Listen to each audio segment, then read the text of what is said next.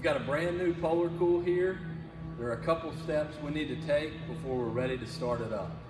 First step is to remove the 2 screws on either side of the hinge cover. We'll do that with a 1/4 inch bit.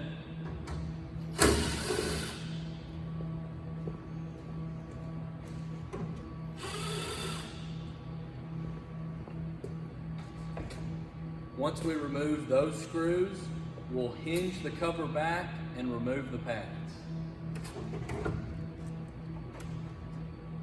To remove the pads, we'll pull them straight back. We may have to raise the spray bar a little bit to get them out.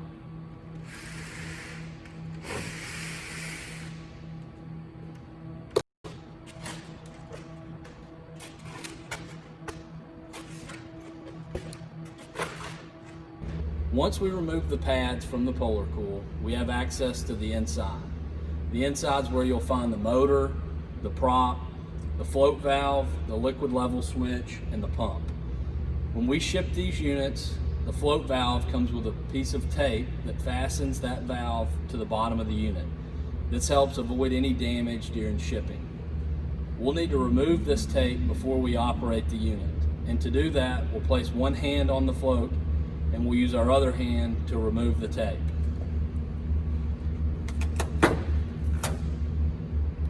Once the tape is removed, we'll take a look at the rest of the contents within the PolarCool. We'll take a look at the liquid level switch. You can see that this switch should be pointed in the downward direction with the switch motion going upwards. There's an arrow on either side of the switch so you can tell if that's moved during shipping. We can take a look at the pump to make sure the orientation is correct. The screen should be facing the floor of the unit with the shiny part facing up. And we'll make sure that our float valve is in the right orientation. This valve should be able to move up and down vertically, and that's to control the flow within the reservoir. We've removed the tape from our float valve. We're going to replace our pads, close the lid, and get the unit running. When I do replace these pads, I want to keep in mind that each pad is directional.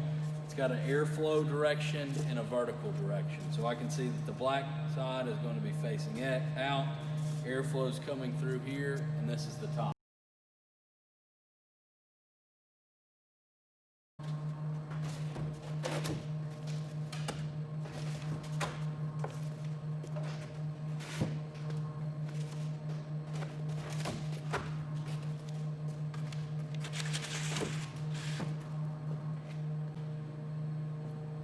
Now that my pads are replaced, I'm going to close the cover and replace my screws.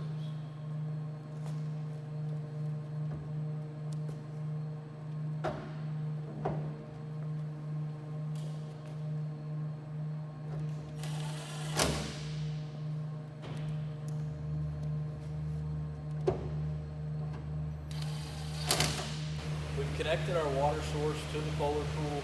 Now we're going to take our GFCI protected cord set and plug it into a standard wall outlet.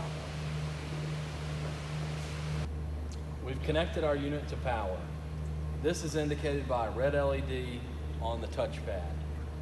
On the touchpad, we can turn on the fan using the on-off button here, or we can turn on the pump using the on-off button here. Turning on the fan, we have access to 10 different variable speeds.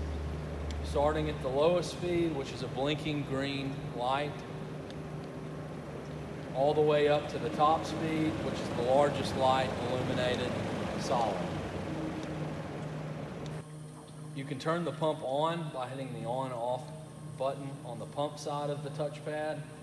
You have a green LED indicating the pump is on, and you also have indicators to fill and an indicator showing you have low water level in your pump. I've turned my pump on.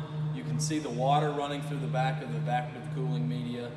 For initial break-in, we recommend that you run the water through the pads for about 2 hours for maximum efficiency. This allows the pads to absorb the water and condition themselves. After your break-in period, you can turn your fan on and be ready to operate at maximum efficiency. We've completed all of our startup tasks. We've broken in our pads. We're ready to turn the unit on with the pump and the fan, and let it run.